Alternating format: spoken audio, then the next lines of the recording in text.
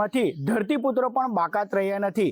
અગાઉ જંતુનાશક દવાઓમાં ભાવ વધારા બાદ હવે ખાતરના ભાવમાં પણ વધારો થયો છે, જેના કારણે ખેડૂતોની હાલત કફોડી બની છે। આપણી સાથે ભરૂચના કેટલાક ખેડૂતો છે, તેમની સાથે વાત કરીશું।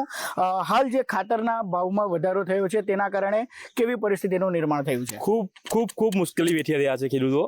એક ગુણ પર 500 થી 700 રૂપિયાનો ભાવ વધારો થયો છે। ડાઈ, એએસપી, સલ્ફેટ બધા ખાતર પર ભાવ વધારો થયો છે। યુરિયા પર વધારો થયો ને યુરિયા મળતું જ નથી। ખાતરની તંગી પણ છે ને ઉપરથી ખાતર નહીં મળે। હવે વાવણીનો સમય આવ્યો છે, ખેડૂતો વાવણીમાં કામમાં લાગી જાય, ખાતરની જરૂર પડશે।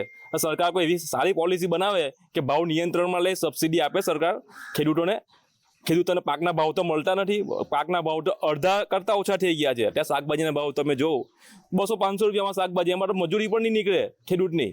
એટલે સરકારે થોડું ખેડૂતોનું વિચારવું જોઈએ।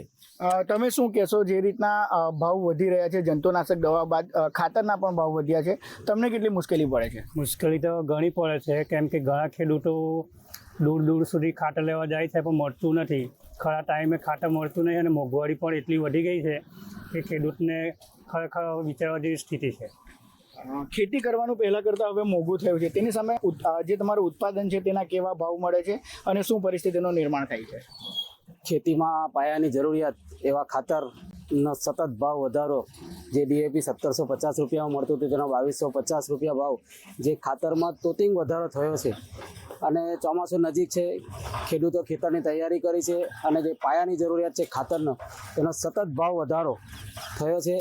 અને ભાવ વધારાની સામે ગામડાની અંદર શાકભાજીનું ઉત્પાદન વધુ થતું હોય છે અને શાકભાજીના ભાવ પણ સરકાર દ્વારા મળતા નથી। 150 રૂપિયા 200 રૂપિયા ગલકાના ભાવ છે, પરવળના 350 થી 400 રૂપિયા ભાવ છે। એટલે સતત ખાતરના ભાવની સામે ખેડૂતોને જે પોષક ભાવ મળવા જોઈએ મળતા નથી।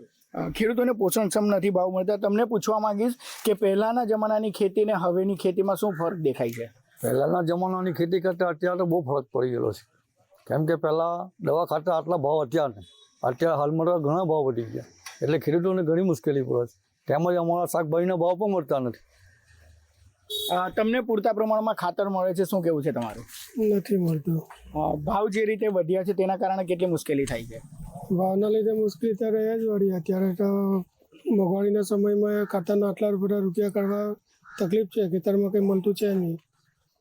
તો હતા ખેડૂતો તેઓ કહી રહ્યા છે કે મોંઘું બિયારણ, મોંઘી દવા અને ત્યારબાદ હવે ખાતર પણ મોંઘું થતાં તેઓએ ખેતી કરવામાં મુશ્કેલીનો સામનો કરવો પડી રહ્યો છે। ત્યારે સરકાર યોગ્ય પોલિસી બનાવી ખાતરના ભાવો નિયંત્રિત કરે તેવી તેઓ માંગ કરી રહ્યા છે। જય વ્યાસ।